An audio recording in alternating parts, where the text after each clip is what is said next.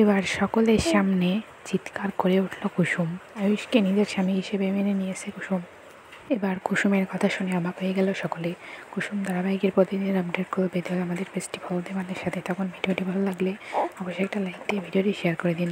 নতুন পর্বের আপডেটে আমরা দেখতে পাবো যে রাতুলের সঙ্গে কুসুমের ব্রাইডাল ফটোশ্যুটের কথা থাকে, কিন্তু রাতুল কাজে আটকে পড়ে। তাই সে বলে যে এখন আমি কী করবো। তখন আয়ুষ বলে যে তাহলে এখন আর কিচ্ছু করার নেই, যা করার আমাকেই করতে হবে। এই বলে আয়ুষ কুসুমের সঙ্গে বরবেশে কুসুমের সামনে চলে আসে। তখন আয়ুষকে বরবেশে দেখিয়ে কুসুম বলে যে ছোটো সাহেব আপনি। তখন আয়ুষ বলে যে হ্যাঁ, রাতুলের বদলে আমি এসেছি, আমি আর তুমি ব্রাইডাল শ্যুট করবো, তুমি প্রস্তুত তো? তখন কুসুম বলে যে হ্যাঁ ছোটো সাহেব। এই বলে কুসুম ও আয়ুষ ফটোশ্যুটের জন্য রেডি হয়ে পড়ে।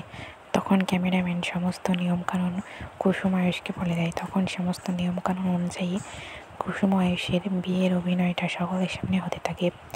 এক পর্যায়ে সমস্ত অনুষ্ঠান শেষ হয়ে যায়। তখন দুইটা মেয়ে যখন কুসুমের কাছে গিয়ে বলতে যে আপনাদের ফটোশ্যুট হয়ে গেছে, এখন আপনাকে সমস্ত জুয়েলারি খুলে ফেলতে হবে, দিন এবার আপনার জুয়েলারি এবং আপনার সিঁদুরটা মুছে দেবো। তখনই কুসুম বলে যে না, এসব আমি কিছুই করতে দেবো না। তখন কুসুমের মুখে এই কথা শুনে অবাক হয়ে যায় সকলে। তখন আয়ুষ বলে যে তুমি এসব কি বলছো কুসুম, তুমি কেন এসব খুলতে দেবে না? তখন কুসুম বলে যে এই বিয়েটা আমি সত্যি বলে মেনে নিয়েছি, তাই আমি এসব কিছু বলতে পারবো না। তখন কুসুমের কথা শুনে মীনাক্ষী বলে যে দেখেছিস তো আয়ুষ, এবার আমি দিদিকে গিয়ে এক্ষুনি ডেকে নিয়ে আসবো, দিদি এসে ওই মেয়েটা যা করার করবে।